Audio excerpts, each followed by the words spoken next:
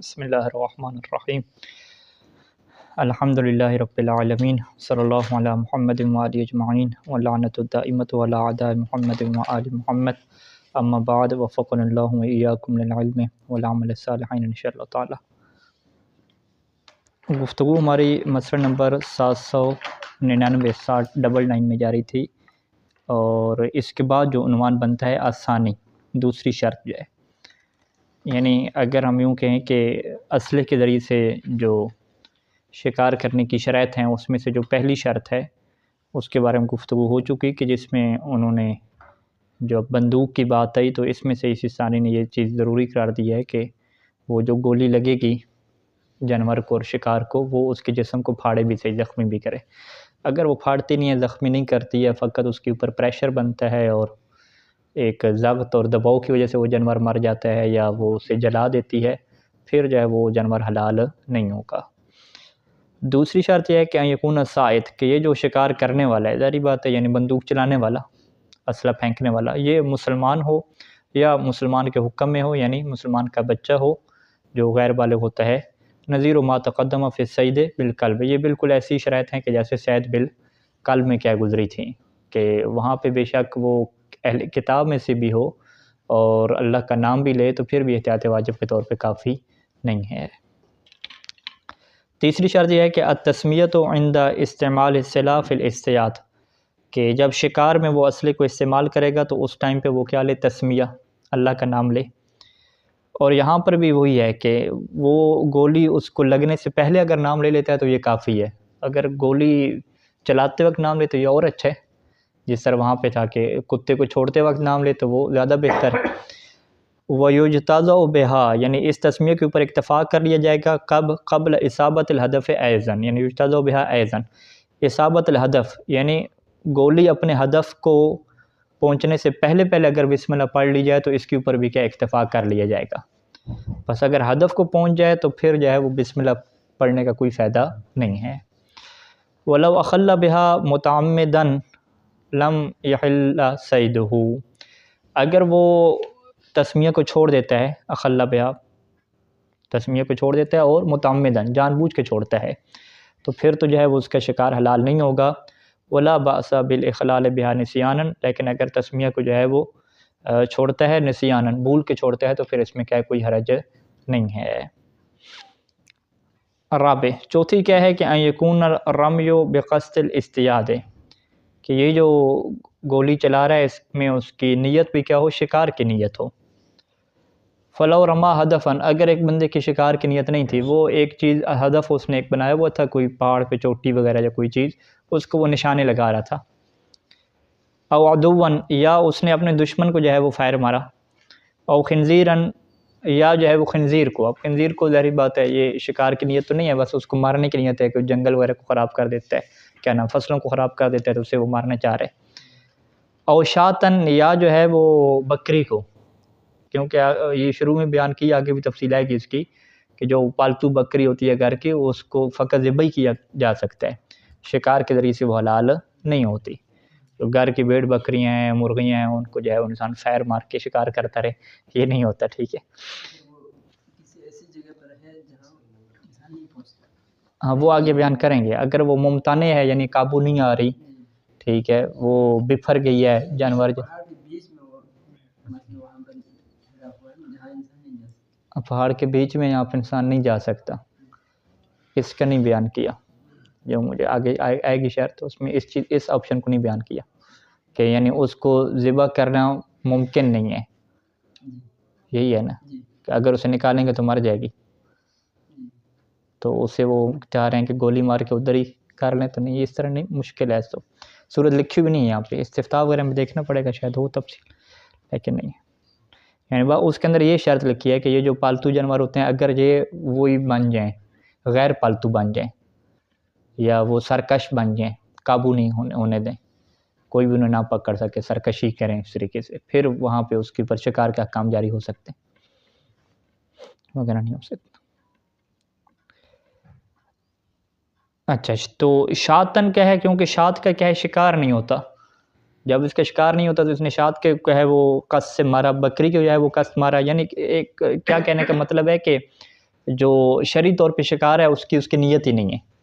ٹھیک ہے، شرعی شکار کی نیت نہیں ہے، خنزیر کو مار رہا ہے، بکری کو مار رہا ہے، کسی دشمن کو مار رہا ہے، کوئی نشانے کو مار رہا ہے، شرعی شکار کی جب نیت نہیں ہے،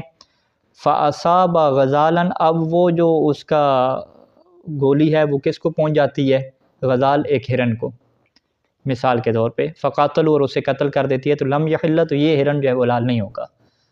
وجہ اس کی کیا بنی ہے؟ کیونکہ اس کی جو نیت تھی وہ شرعی شکار کی تھی ہی نہیں، تو لہٰذا جو ہے وہ چوتھی شرط کیا ہے کہ بقصد الاصطیاد، یعنی شرعی شکار کی باقاعدہ اس کی نیت بھی ہو، یہ تو ویسے نشانے لگا رہا تھا تو وہ اتفاقاً لگ گیا، ٹھیک ہے، تو اس سے جو ہے وہ حلال نہیں ہوگی۔ وقضا، اسی طریقے سے اذا افلت من یدی، اس کے ہاتھ سے چھوٹ جائے، پھسل جائے، فاصاب غزالاً، اور وہ جو ہتھیار اس کے ہاتھ سے پھسلا ہے وہ کسی کیا ہے ہرن کو کیا ہے لگ جائے، فقاتلوا، اسے قتل کر دے، تو قضا کیا مطلب، یعنی پھر بھی وہ حلال نہیں ہوگا کیونکہ نیت نہیں ہے۔ وَلَوْ رَمَا بِقَصْدِ الْاصْطِيَادِ، اب یہ ہے کہ ایک بندے نے نیت کی ہے شکار کی، کہا ہے کہ میں اس ہرن کو ماروں، اور باقاعدہ اس کی نیت کیا مطلب کہ اس کا ارادہ ہی ہے شرعی شکار کرنے کا ہے، لیکن ہوتا کیا ہے کہ فَأَصَابَ غَيْرَ مَا قَصَدَ، یا غَيْرَ مَا قَصَدَ، جس کا اس نے قصد کیا تھا جس ہرن کو مارنے کا، اس کے علاوہ دوسرے کو کیا وہ گولی لگ گئی، یا جس وہ تیتر بٹیر کو دیکھ رہا تھا مارنے کی خاطر اس کو نہیں لگی، وہ اڑ گیا، سائیڈ والے کو کیا ہے کام تمام ہو گیا، تو کہتے ہیں کہ حلہ، تو وہ جانور بھی کیا ہے یا وہ پرندہ بھی کیا ہے حلال ہو جائے گا۔ یعنی یہ شروع میں مصنف نے بیان کیا تھا کہ قلب کی بحث میں مصنف کہہ رہا ہوں سید سیستانی دامت اللہ علیہ نے کہ جنس کا جو ہے وہ قصد کافی ہے کہ بس میں جو ہے وہ یہ جو جانور ہیں حلال ان کا میں شکار کر رہا ہوں، وہ باقاعدہ اس کو معین کر کے کہنا کہ اسی کو میں مار رہا ہوں یہ کیا ضروری نہیں ہے، اگر اس میں غلطی ہو بھی جائے تو وہ کوئی ایشو نہیں ہے، کلی طور پہ کیا ہے شکار کی نیت کیا ہے یہ ہونی چاہیے، یہ کیا ہے کافی رہتی ہے۔ پانچویں شرط یہ بھی وہی ہے کہ ان یدرکہ میتن، کہ جب اس جانور کے پاس وہ پہنچے تو اسے کس حالت میں پائے؟ میتن، مرا ہوا پائے، یعنی اس کی جان نکل چکی ہو، اور یدرکہ حیا، یا اسے زندہ پائے لیکن ولیکن لا یتسع الوقت لتزکیتہ، اس کے تزکیہ کے لیے اسے ذبح کرنے کے لیے ٹائم ہی نہ ہو، تو پھر وہ کیا حلال ہو جائے گا۔ لیکن فلو ادرکہ حیا، اگر وہ اسے زندہ پا لیتا ہے اور وقت بھی اتنا وسیع ہے کہ اسے ذبح کیا جا سکتا ہے، ولم یذبحہ حتی خرجت روحہ، اسے وہ ذبح نہیں کرتا یہاں تک کہ اس کی روح نکل جاتی ہے، تو پھر لم یحل اکلہ، اس کا کھانا کیا حلال نہیں ہوگا۔ تو لہذا شکار کے ذریعے سے حلال ہونے کا تب فائدہ ہوتا ہے کہ جب ذبح کرنے کا ٹائم ہی نہ ہو تو پھر وہ حلال ہوگی، اگر نہ ذبح کرنے کا جب ٹائم ہے تو پھر شکار کے احکام ختم، پھر ذبح کے احکام کیا ہیں شروع ہو جائیں گے۔ یعتبر فی حلیت الصید ان تکون الآلۃ مستقلۃ فی قتلہ، حلیت صید میں یہ بھی شرط رہتی ہے کہ وہ جو آلہ ہے اسی نے مستقل طور پہ کردار ادا کیا ہو اس کو قتل کرنے کا، ٹھیک ہے، اگر فرض کریں کہ ایک پرندے کو مارا اور اس کو گولی کیا ہے ٹانگ میں لگی ہے لیکن وہ نیچے گرا پتھر کے اوپر، کسی نوکیلی چیز کے اوپر وہ مر گیا، تو اب اس سے کیا کہا جائے گا کہ جو پرندے کی موت کا سبب یہ گولی نہیں بنی، ٹھیک ہے، اس نے جا کے پرندے کو دیکھا تو اس کے پاؤں پہ گولی لگی تھی، ٹھیک ہے، تو اب یہ پرندہ شکار کی وجہ سے اور اس کی گولی سے نہیں مرا، تو لہٰذا جو ہے وہ یہ شرط بھی کیا اس کے اندر موجود نہیں ہے۔ تو یہ شرط کون سی بیان کر رہے ہیں 800 میں، الگ نہیں بیان کی، یعنی الگ شرط کے طور پہ بیان کرنا چاہیے تھا، لیکن یہ انہوں نے ایک مسئلے کی شکل میں بیان کیا کہ وہ جو آلہ ہے وہ مستقل طور پہ کیا ہے اس کے قتل میں کردار ادا کرے۔ فلو شارکہ شیء غیر آلات الصید لم یحل، فلو شارکہ یعنی اس آلے کے ساتھ شریک ہو کوئی اور چیز، اور وہ جو اور چیز ہے وہ آلات صید اس کے نہیں ہیں، شکار کے آلات نہیں ہیں، اگر اس نے جو ہے وہ فائر بھی ساتھ کیا، تیر بھی ساتھ چلایا، مختلف بہت سارے آلات چھوڑیں پھر تو ٹھیک ہے، آلات صید کے علاوہ کوئی اور چیز کیا ہے شریک ہوئی ہے اس کے قتل میں، تو لم یحل، تو وہ جانور حلال نہیں ہوگا۔ اس کی مثال کیا دے رہے ہیں؟ اس کی مثال دے رہے ہیں کہ کما اذا رماہ،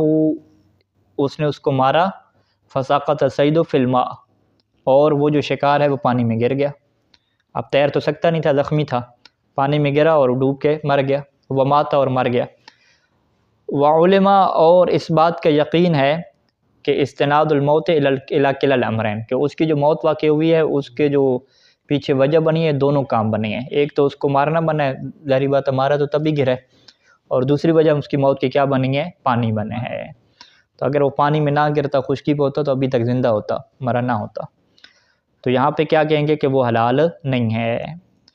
وقضى الحال، اور اسی طریقے سے کیا حلال نہیں ہوگا فی ما اذا شک، جب شک ہو کہ فی استناد الموت الی الرمی بخصوص ہی، کہ آیا اس کی موت واقع ہوئی ہے اسی رمش اس کی فائر کے ذریعے سے جو پھینکا ہے اس نے،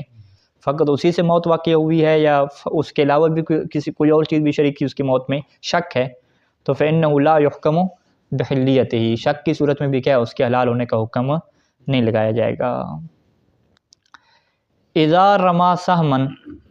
اس نے جو ہے وہ اس کو کیا مارا جی، تیر مارا، فأوصلته الريح إلى الصيد،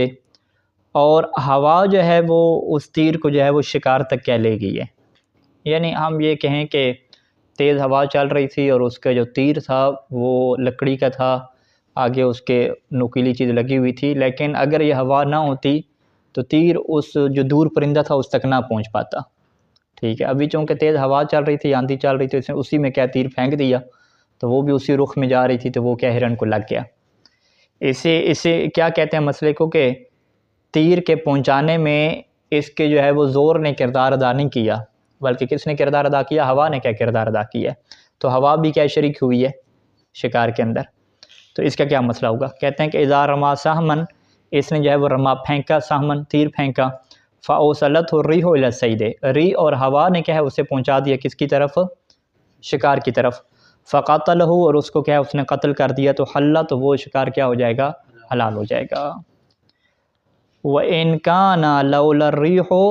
لَمْ يَصِلْ، اور اگرچہ صورتحال ایسی ہو کہ اگر یہ ہوا نہ چل رہی ہوتی تو لم یصل، تو یہ تیر پہنچتا ہی نہیں، تو یہ یہاں پہ حلال ہو جائے گا، اس میں ایشو نہیں ہے۔ وَقَضَا، اور یہی صورتحال ہوگی کہ اذا اصاب السہم الارض، کہ تیر اس نے مارا اور وہ تیر کیا ہے زمین پہ گرا، زمین پہ لگا، ثم واسبہ، پھر زمین پہ لگنے کے ساتھ واسبہ اچھلا، فاصابہ، اچھلنے کے بعد کیا فاصابہ، یعنی اس صید اور اس شکار کو لگ گیا، فقاتل، اور اسے کیا قتل کر دیا، تو قضا یعنی یہ بھی کیا ہے حلال ہو جائے گا، اس میں بھی کیا کوئی ایشو نہیں ہے۔ یعنی اسے ہم کیا کہتے ہیں کہ تیر مستقل سبب بن رہا ہے اس کے قتل میں، بس تیر کے پہنچنے میں جو چیز تعاون کر رہی ہے وہ زمین کے اوپر سے اچھلنا یا ہوا جو ہے وہ کیا کر رہی ہے، اس میں مقدماتی اس کی حیثیت ہے، وگرنہ قتل تو اسی تیر کی وجہ سے ہو رہا ہے جانور۔ لا یعتبر فی حلیت الصید، صید کے حلال ہونے میں یہ شرط معتبر نہیں ہوتی، صید بالسلاح میں، ہم اسلحے کے ذریعے سے آپ شکار کر رہے ہیں، اس میں حلال ہونے کے لیے یہ شرط نہیں ہے کہ وحدت الصائد، کہ شکار کرنے والا ایک ہو، ولا وحدت السلاح المستعمل فی الصید، اور اسی طریقے سے وہ اسلحہ جو شکار میں استعمال کیے جا رہا ہے اس کا بھی کیا ہے ایک ہونا شرط نہیں ہے۔ فلو رما صیدا بسہم، نہیں، فلو رما احد صیدا بسہم وطعنہ آخر برمح، دو بندے ہیں، ایک نے جو ہے وہ رما پھینکا صیدن بسہم، ایک نے صید شکار کو مارا بسہم تیر کے ذریعے سے، وطعنہ آخر برمح، اور دوسرے نے کیا اس کو نیزہ مارا، ایک نے تیر مارا ایک نے کیا نیزہ مارا، فماتا، پس وہ جانور اور شکار مار گیا، منہما، ان دونوں کے سبب سے، مان یعنی ان دونوں کے اکٹھے سبب کی وجہ سے کیا مرا ہے، ٹھیک ہے، تو حل، تو وہ کیا ہو جائے گا حلال ہو جائے گا، لیکن شرط کیا رہے گی کہ اذا اجتمعت الشرائط فی کل منہما، کہ جو دونوں شکاری ہیں اس کے اندر تمام شرائط پوری ہوں، یعنی دونوں مسلمان ہوں اور دونوں نے اللہ کا نام بھی لیا ہو، جان بوجھ کے کیا ہے نام چھوڑ نہ دیا ہو۔ بلکہ یہاں پہ کٹھا بھی کام ہو سکتا ہے کہ اذا ارسل احد کلبہ الی الحیوان فعقرہ، کہ ایک نے اپنا جو ہے وہ کتا چھوڑا جانور کے اوپر اور اس نے اسے کیا ہے کاٹا، ورماہ آخر بسہم، اور دوسرے نے کیا ہے اس کو تیر بھی مارا، ٹھیک ہے، کتا بھی اسے کاٹ رہا ہے، اس نے کیا اپنا تیر بھی کیا چلا دیا دوسرے نے، فاصاب، وہ تیر بھی اسے لگ گیا، فقاتل منہما معا، اور وہ جانور ان دونوں کی وجہ سے کیا مار گیا، کتے کے کاٹنے اور تیر کی وجہ سے مرا، تو یہاں پر بھی کیا ہو جائے گا حل ایضاً، وہ جانور کیا ہو جائے گا حلال ہو جائے گا۔ تو یہ کس کی مثال بن گئی کہ اس میں جو شکاری ہیں وہ بھی زیادہ ہیں، دو ہیں شکاری، اور جو شکار جس چیز کے ذریعے کیا جا رہا ہے وہ بھی کیا ہے طریقے بھی بالکل کیا مختلف ہیں، متعدد ہیں، یعنی سلاح بھی کیا ایک جیسا نہیں ہے، پہلے میں تو اسلحہ ایک ہی جنس سے ہے وہ متعدد ہے، یہاں تو طریقے کیا بالکل کیا مختلف ہو گیا، تو یہ درست ہو جائے گا۔ اذا اشترک المسلم والکافر فی الاصطیاد، مسلمان اور کافر دونوں شریک ہوئے ہیں شکار کرنے میں، اور انہوں نے جو شکار کیا ہے صورتحال یہ بنی ہے کہ وَاسْتَنَدَ الْقَتْلُ إِلَيْهِمَا مَعًا، کہ وہ جو جانور مر گیا ہے اس کے قتل ہونے کا جو نسبت ہے وہ دونوں کی طرف ایک ساتھ ہے، یعنی دونوں نے مل کے شکار کیا، ایک نے نیزہ مارا ایک نے تیر مارا، اسی وجہ سے کیا جانور مرا ہے۔ تو لم یحل الصید، تو یہاں پہ شکار کیا حلال نہیں ہوگا کیونکہ شروط کیا پوری نہیں ہے۔ وَإِن كَانَ الْكَافِرُ كِتَابِيًّا، اگرچہ اس میں سے جو ایک کافر ہے وہ کتابی ہو اور وسمہ اس نے اللہ کا نام بھی لیا، تو یہ علی ما تقدم، یہ بات پہلے بھی گزر چکی ہے کہ وہ نام بھی لے تو پھر بھی احتیاط لازم کے طور پہ یہ کافی نہیں ہوتا۔ وَهَكَذَا الْحَالُ، اور بالکل یہ صورتحال ہوگی، یعنی وہ جانور حلال نہیں ہوگا، فیما لو اشترک من سما ومن لم یسم، کہ دو بندے شریک ہوئے ہیں، ایک نام لے رہا ہے اللہ کا اور ایک کیا اللہ کا نام نہیں لے رہا، تو کہا کہ الحال کیا مطلب، یعنی وہ جانور حلال نہیں ہوگا۔ یا دوسری مثال کہ دو بندے شریک ہوئے ہیں کہ من قصد الاصطیاد ومن لم یقصدہ، ایک کی نیت جو ہے وہ شکار کرنے کی ہے، ایک کی نیت شکار کرنے کی ہے ہی نہیں، وہ تو ایسے نشانے مار رہے گول کے طور پہ، ٹھیک ہے، اس کی نیت شکار کی ہے ہی نہیں، تو اس صورت میں کیا وہ جانور حلال نہیں ہوگا۔ لا يعتبر فی حلیت الصید اباحۃ السلاح المستعمل فیہ، شکار کے حلال ہونے میں یعنی اس کے تزکیہ میں یہ شرط نہیں ہوتی کہ وہ اسلحہ بھی کیا مباح ہو، کہ جو اس شکار میں استعمال کیا جا رہا ہے مباح ہو، یعنی اس کا اپنا ہو یا کسی سے مانگ کے اس کی اجازت سے لایا ہو۔ فلو استاد حیوان، اس نے ایک حیوان کا شکار کیا لیکن بسہم المغصوب، تیر کون سا ہے، چوری والے، تو حل صید و، شکار وہ حلال ہو جائے گا، یعنی اس کا تزکیہ ہو جائے گا، وہ مالک ہوا صائد، اور جو شکار کرنے والا وہی اس کا مالک ہوگا، اس نے جنگل میں اسے مارے، دون صاحب سلاح، جس کا تیر تھا یعنی صاحب مالک، جو سلاح کا مالک ہے اس کا وہ کیا ہے، اس کا مالک نہیں بنے گا۔ ولیکن الصائد ارتکب بذلک معصیۃ، لیکن جو شکار کرنے والا اس نے اس کام کے ذریعے سے کیا ہے، گناہ کے ارتکاب کیا ہے، وعلیہ، پس اس کے اوپر کیا واجب ہے کہ دفع اجرت استعمال السلاح الی صاحبہ، کہ یہ جو اس نے اسلحہ استعمال کیا ہے اس کی اجرت دے، اس کا رینٹ دے، کرایہ دے، کس کو، الی صاحبہ، جو اسلحے کا مالک ہے اس کو کرایہ دینا کیا اس کے اوپر واجب ہے۔ الحیوان الذی یحل صیدہ بالکلب و بالسلاح مع اجتماع شروط المتقدمہ ہوا کل حیوان، اب یہاں پہ یہ مسئلہ اہم ہے کہ کون سے جانور کا شکار ہو سکتا ہے اور کون سے جانور کا شکار نہیں ہو سکتا، اسے فقط کیا ذبح کیا جائے گا۔ تو کہتے ہیں کہ وہ حیوان کہ جس کا شکار کرنا حلال ہے، یعنی جس کو شکار کرنا حلال ہو جاتا ہے قلب کے ذریعے سے یا اسلحے کے ذریعے سے، مع اجتماع شروط المتقدمہ، جب کہ گزشتہ شروط بھی ساری کی ساری موجود ہوں، تو وہ کون سا حیوان ہوتا ہے کہ جس کو شکار ہو سکتا ہے، ہوا کل حیوان ممتنع، ہر وہ حیوان کے جو ممتنع ہو، ممتنع یعنی قابو میں نہ آ رہا ہو، ٹھیک ہے، اور دوسرا کیا ہو، مستوحش ہو، مستوحش کس کے مقابلے میں ہے، وہ اہلی کے مقابلے میں ہے، مستوحش یعنی غیر مانوس، جو انسانوں سے کیا مانوس نہیں ہوتے۔ استوحش منہ کی تعبیر کیا ہوتی ہے کہ مجھے اس سے وحشت ہو رہی ہے، ٹھیک ہے، تو وہ مستوحش حیوان کیا مطلب، انسانوں سے ڈرنے والے، انسانوں سے مانوس نہیں ہیں، ایک تو انسانوں سے ڈر رہے ہیں اور ادھر سے دوسرا کردار کیا ہے کہ وہ چپ کر کے بیٹھے بھی نہیں رہے، ڈرنے کے ساتھ کیا ممتنع بھی ہے، وہ آگے سے کیا مقابلہ بھی کر رہے ہیں اور بھاگ بھی رہے ہیں دور، ٹھیک ہے، اپنے آپ کو قابو میں کیا ہے نہیں ہونے دے رہے۔ تو یہ کیا شرط ہے، ہر حیوان جس کے اندر یہ دو صفات ہوں، ممتنع ہو، وہ مقابلہ کر رہا ہو، بھاگ رہا ہو، قابو میں نہ ہونے دیتا ہو، اور دوسرا کیا ہے مستوحش ہو، وہ انسان سے کیا وحشت محسوس کرتا ہو،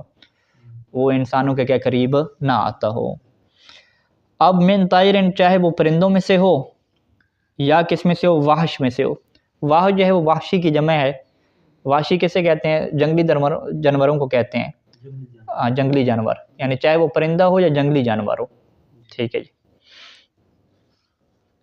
اچھا، جنگلی جانور بھی کہہ سکتے ہیں اور اس کا وہی لغوی معنی بھی کر سکتے ہیں، ایسا جانور جو نامانوس ہو، جو انسان سے کیا مانوس نہ ہوتا ہو۔ سواء اکان کذالک بالاصل، چاہے یہ جو حیوان ابھی مستوحش یا ممتنع بنا ہے، کذالک کیا مطلب، ممتنع اور مستوحش ہے، کہ یہ جو ممتنع اور مستوحش کی جو صفت ہے بالاصل، یہ شروع سے اس کی یہی صفت چلتی آ رہی ہے جی، ٹھیک ہے، کل حمام میں، جیسے حمام اصل میں کیا ہوتے ہیں، مستوحش اور ممتنع ہوتے ہیں، وَالظَّبْیِ، ہرن ایسے ہی ہوتے ہیں، و بقر الواش، اور وہ گائے جو کہاں پہ رہتی ہے؟ جنگل میں رہتی ہے، جنگلی گائے۔ تو کبوتر جتنے بھی قسم کے ہیں وہ اصل میں ان کو کیا دیکھا جائے تو وہ کیا ہیں؟ نامانوس ہوتے ہیں، وہ انسانوں سے گھبراتے ہیں، دور بھاگتے ہیں اور اس کو پکڑنے بھی نہیں دیتے۔ ہرن بھی ایسے ہیں۔ اور یہ جو گائے جیسے اللہ میاں کی گائے کے استعمال ہوتا ہے وہ والی نہیں، جو جنگل والی گائے ہے اس کی بھی کیا یہ خصوصیت ہے کہ وہ بھی انسانوں کو قریب نہیں آنے دیتی۔ تو اسے کیا کہتے ہیں کہ بالاصل کیا ہے؟ وہ وحشی ہیں۔ ام کان اہلین، یا وہ اہلی تھے، پالتو تھے، اہلی کے ترجمہ پالتو کریں گے، لیکن اب پالتو سے ہٹ کے وہ وحشی کیسے بن گئے؟ یعنی وہ نامانوس کیسے بن گئے؟ وہ بعد میں بنے۔ یعنی کان اہلیان، شروع میں یہ اہلی تھے لیکن فتوحش، اب وہ کیا بن گئے؟ وحشی بن گئے۔ یعنی شروع میں انہوں نے کبوتر رکھے ہوئے تھے تو وہ ان کے سدائے ہوئے تھے، اہلی تھے، پالتو تھے، بعد میں کیا ہے ان کے اندر یہ صفت پیدا ہوگی کہ اب وہ کسی کو قریب نہیں آنے دے رہے، پرندے سے آزاد رہے کچھ دنوں کے لیے، تو بعد میں وہ کیا بن گئے؟ وحشی بن گئے۔ تو پہلے وہ ذبح کا آپشن تھا، ابھی وہ کون سا آپشن آ جائے گا؟ شکار کا کیا آپشن آ جائے گا؟ اچھا، فتوحشا یعنی وہ متواحش ہو گئے، یعنی کیا ہو گئے؟ یہ نامانوس ہو گئے۔ یا اوستعصا، نامانوس نہیں ہوئے لیکن استعصا، وہ کیا ہو گئے جی؟ استعصا کیسے کہتے ہیں؟ اسی معصیت سے ہے، ہاں، بے قابو ہو گئے کہ اب وہ قابو کیا نہیں ہونے دے رہے، ٹھیک ہے۔ کل بقر المستعصی، جیسے وہ گائے کہ جو کیا ہے جی؟ مستعصی ہے، ٹھیک ہے جی۔ یعنی کان اہلین فتوحشا او استعصا، پہلے اہلی تھے، فتوحشا، پھر جنگلی ہو گئے، پھر چھوڑ دیا، آزاد ہو گئے، یا آزاد نہیں بھی ہوئے لیکن جنگل میں نہیں گئے، اسی گاؤں، اسی کیا گاؤں میں یا اسی کے گھر میں رہ گئے، لیکن استعصا ہو گئے، اس کی صفت ایسی بن گئی کہ اب وہ کیا کسی کو قابو میں نہیں کرنے دے رہی۔ جیسے گائے لے لیں، کل بقر المستعصی والبعیر العاصی، گائے جو ہے یا بیل کی ہم مثال لے سکتے ہیں اس میں، ٹھیک ہے، وہ مستعصی ہو گیا، یا بعیر کیا ہو گیا؟ عاصی ہو گیا۔ تو اب یہاں پہ گرب کے اندر ہی کیا ہوگا؟ شکار ہوگا اس کا، ٹھیک ہے، کیونکہ وہ قابو نہیں ہونے دے رہے کسی کو۔ وَكَذَلِكَ السَّائِلُ مِنَ الْبَهَائِمِ، اسی طریقے سے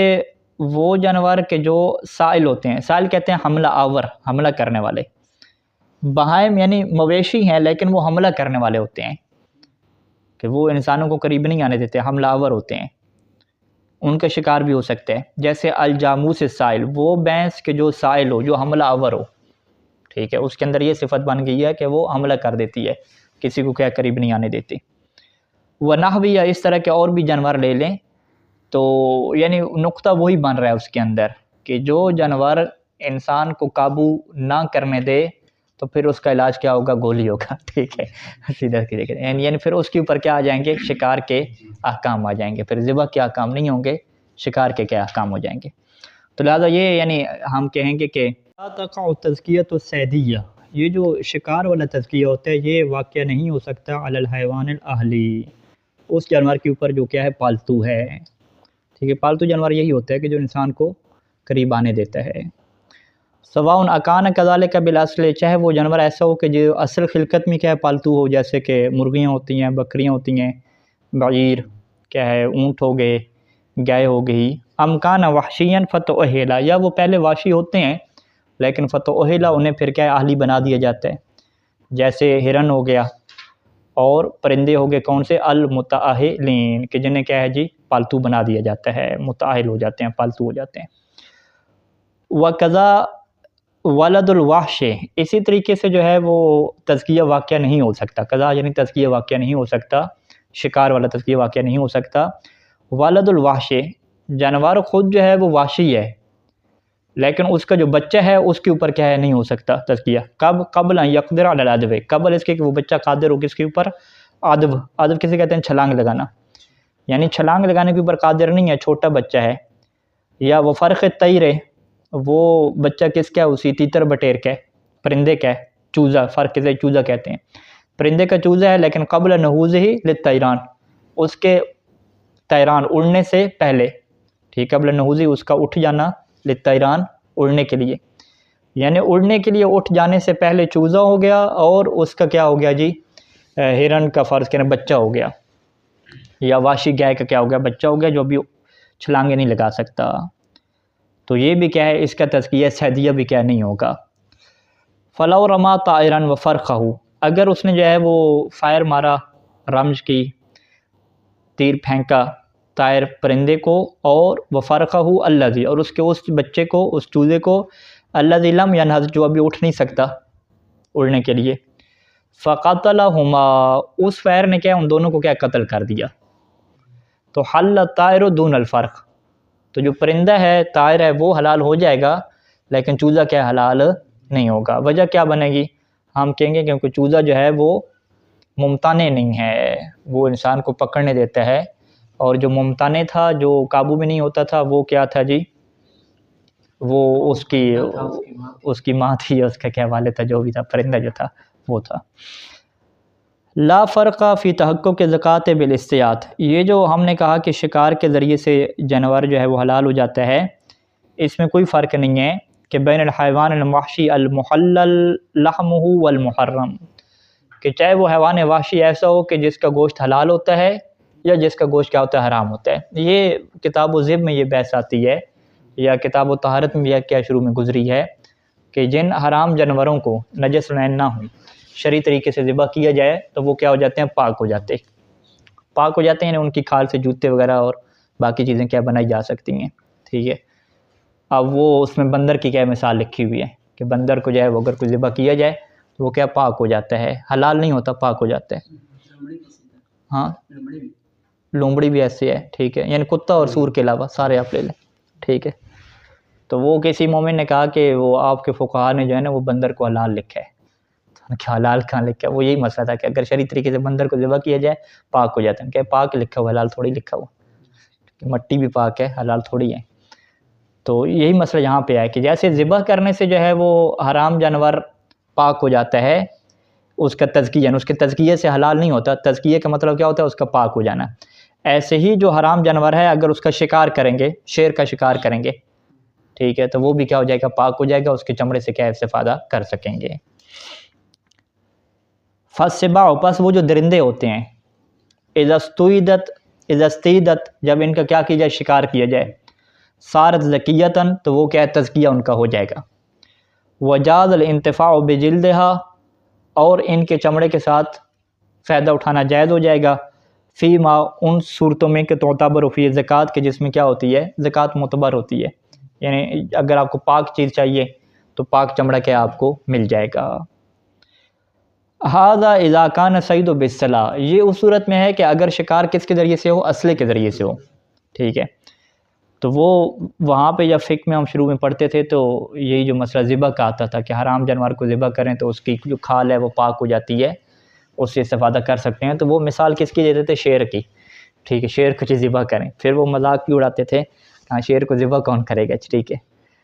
تو اس وقت یہ اس مسئلے کے علم نہیں ہے کہ بھئی ذبح کرنے سے جیسے کام چلتا ہے ایسے ہی کام کس سے چلتا ہے؟ شکار سے بھی چلتا ہے۔ تو آپ اس میں یہ والی مثال نہ دیں شیر میں کہ شیر کو ذبح کر رہے ہیں، آپ کہیں شیر کو سیدھا کیا کریں؟ گولی ماریں، شکار کریں۔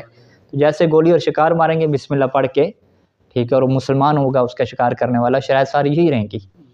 تو وہ جیسے اس تک پہنچیں گے، ذبح کرنے کا ٹائم نہیں ہے، مر چکا ہے، تو پھر وہ کیا ہو جائے گا؟ پاک ہو جائے گا، تزکیہ اس کا کیا واقعہ ہو جائے گا۔ ہاں 2-3 جتنی ماریں، ٹھیک ہے، ہاں یعنی جب تک وہ نہ ہو، کیا نام ہے، ممتنع جب تک ہے، جب تک وہ مقابلہ کر رہے ہیں نا، اگر تو مقابلہ اس کی سخت ختم ہو گئی ہے،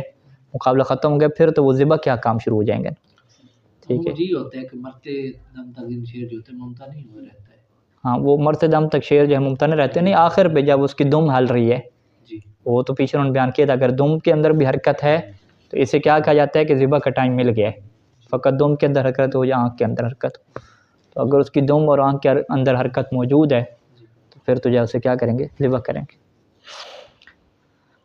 اچھا یہ کب ہے کہ جب صید بالسلاح ہو، اسلحے کے ذریعے سے ہو۔ واما اذا کان بالکلب، لیکن اگر کتے کے ذریعے سے جو ہے وہ شکار کیا گیا ہے، ففی تحقق زکوٰۃ بھی فی غیر محلل العقل، تو آیا کتے کے ذریعے سے بھی ہے وہ تزکیہ ہو جائے گا غیر محلل العقل کا؟ تو اس میں صحیح ثانی کا کیا اشکال ہے، یعنی فلا یترک مراعات مختلف احتیاط فی ذالک، کہ احتیاط لازم کے طور پہ کتے کے جو شکار سے جانور کو شکار کیا جائے اس کے چمڑے کو کیا پاک شمار نہ کیا جائے احتیاط لازم کے طور پہ۔ لو ابانت آلت الصید کالسیف والکلب ونحوہما عضوا من الحیوان ہے، اگر جو شکار کا آلہ ہے جیسے تلوار ہے یا جو کتے کا کاٹنا ہے یا تلوار کے علاوہ تیر وغیرہ یا گولی ہے، اگر اس نے کیا کیا ابانت جدا کر دیا عضوا من الحیوان، حیوان کا ایک حصہ کیا اس نے جدا کر دیا، ٹھیک ہے، شکار کو انہوں نے مارا تو اس کی جو ٹانگ ہے وہ کٹ گئی، جدا ہو گئی، اب وہ پہنچے تو شکار کی جان تو نکل چکی ہے، اب وہ جو ہے وہ اس کا لیگ پیس بھی اٹھا لیں ساتھ اور جانور کو بھی اٹھا لیں، کیونکہ لیگ پیس بھی کیا جدا ہو گیا تھا، تو اسے ثانی فرماتے ہیں کہ نہیں، یہ جو اس کا عضو جدا ہو جاتا ہے لیگ پیس وغیرہ ہے، یہ کیا حلال نہیں رہتا، وہ چیز حلال رہتی ہے جو اس کے سر والے حصے کے ساتھ کیا ملی ہوتی ہے۔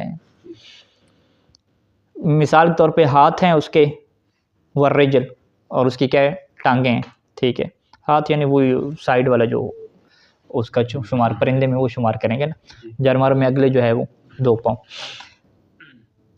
اچھا، تو کان العضو المبان میتتن، تو یہ جو جدا ہونے والا عضو ہے اسے کیا کہیں گے، مردہ کہیں گے، میتہ یہ شمار ہوگا، تذکیہ شدہ نہیں ہوگا، یہ مردہ ہوگا، یحرم اکلو، اس کا کھانا کیا حرام رہے گا، وَيَحِلُّ أَكْلُ الْبَاقِي، اور جو باقی ہوگا اس جانور کا کھانا کیا حلال ہوگا، مع اجتماع شرائط تزکیۃ المتقدمہ، اور گزشتہ شرائط ظاہری بات ہے ضروری ہے پہ جانا کہ جب اس تک پہنچے تو وہ سارا کیا مر چکا ہو۔ اچھا، یہ تب ہے کہ جب ایک عضو اس کا جدا ہو، لیکن وَلَوْ قَطَعَتِ الْآلَةُ وَالْحَيْوَانَ نِصْفَيْنِ، لیکن اگر آلہ ایسا ہے کہ اس نے حیوان کو 2 حصے کر دیے، فَلَمْ يُدْرِكُ حَيًّا أَوْ أَدْرَكَهُ كَذَلِكَ إِلَّا أَنَّ الْوَقْتَ لَمْ يَتَّصِلْ بِهِ، تو اب صورتحال کیا کہ 2 حصے ہو گئے، جب یہ پہنچے ہیں تو وہ زندہ نہیں تھا، یا زندہ اسے پا لیا لیکن وقت اتنا وسیع نہیں تھا تو اسے ذبح کیا جائے، تو تحل کلتا القطعتین، تو یہ دونوں ٹکڑے کیا ہو جائیں گے، حلال ہو جائیں گے۔ یہاں پہ عضو کی بات نہیں ہے، پورا جانوری کے آدھا حصہ ہو گیا، اور یہ آدھا بالکل دقت عقلی والا نہیں ہے کہ بالکل برابر ہو، ٹھیک ہے، نہیں عرفی طور یعنی عرف یہ کہ 2 حصے ہو گئے ہیں حیوان کے، نہ کہ اس کا ایک حصہ کیا ٹوٹا ہے، تو اگر شروط مذکورہ موجود ہیں تو پھر وہ کیا ہو جائیں گے، حلال ہو جائیں گے۔ اما اذا ادرکہ حیا، لیکن اگر اس نے درک کیا کہ وہ کیا ہے جی زندہ تھا، وکان الوقت متسعا لذبحہ، اور وقت بھی وسیع تھا اسے ذبح کرنے کے لیے، تو فالقطعۃ الفاقدۃ للراس والرقبہ، تو وہ ٹکڑا کہ جس کے اندر سر اور گردن نہیں ہے، دھڑ ہو گیا، محرمہ، وہ کیا ہو جائے گا، حرام ہو جائے گا، ٹھیک ہے، یعنی لیگ پیس جائیں گے ہر صورت میں۔ والقطعہ التی فیہا الراس والرقبہ، اور وہ ٹکڑا کہ جس کے اندر سر اور گردن ہے، وہ طاہرہ، وہ پاک ہو جائے گا اور حلال ہو جائے گا، کب، فیما اذا ذبح علی النہج المقرر شرعا، کہ اگر اسے ذبح کر دیا جائے، ٹھیک ہے، وہ ٹائم ہے شرعی طریقوں سے مطابق، اگر اسے ذبح کر دیا جائے تو وہ پھر کیا ہو جائے گا، حلال ہو جائے گا۔ لو قسم الحیوان قطعتین بالحبالۃ او الحجارۃ ونحوہما مما لا تحل بہ الصید، اگر وہ حیوان کے 2 ٹکڑے کر دے حبالہ، رسی کے پھندے کے ذریعے سے، یا پتھر کے ذریعے سے، یا ایسی چیزیں کہ جن کے ذریعے سے شکار کیا ہے حلال نہیں ہوتا، ٹھیک ہے، پتھر جو ہے وہ آلات شکار میں سے نہیں ہے، وہ مثالی تھی کہ غلیل کے ذریعے سے وہ حلال نہیں ہوگا، ٹھیک ہے، کہ جس کے ذریعے سے شکار حلال نہیں ہوتا، تو حرمت القطعۃ الفاقدۃ للراس، تو اب 2 ٹکڑے جب ہو جائیں گے تو وہ حصہ کہ جس کے اندر سر اور گردن نہیں ہے وہ حرام ہو جائے گا، اور وہ ٹکڑا کہ جس کے اندر سر اور گردن ہے وہ پاک اور حلال تبھی ہو سکتا ہے کہ اذا ادرک حیا، کہ جب وہ اس تک پہنچے کہ وہ زندہ ہو اور اسے وہ ذبح بھی کر دے شروط معتبرہ کے مطابق، وَإِلَّا اگر کیا مطلب کہ اسے زندہ حالت میں نہ پائے، اس نے پھندا لگایا تھا، پھندے میں پھنسنے کی وجہ سے اس کے 2 ٹکڑے ہو گئے، اور پھندا جو ہے وہ آلات صید میں سے نہیں ہے، ٹھیک ہے، تو پھر اس صورت میں کیا ہے، حرمت ہے یا ایزن، تو وہ جو سر اور گردن والا حصہ ہے وہ بھی کیا ہو جائے گا، حرام شمار ہوگا، کیونکہ یہاں پہ شرط کی پوری نہیں ہے، شرط کیا ہے کہ آلات صید نہیں ہے، اور جو کیا ہے زندہ حالت میں کیا ہے وہ پہنچ ہی نہیں سکا۔ صلی اللہ علی محمد و آلہ اجمعین۔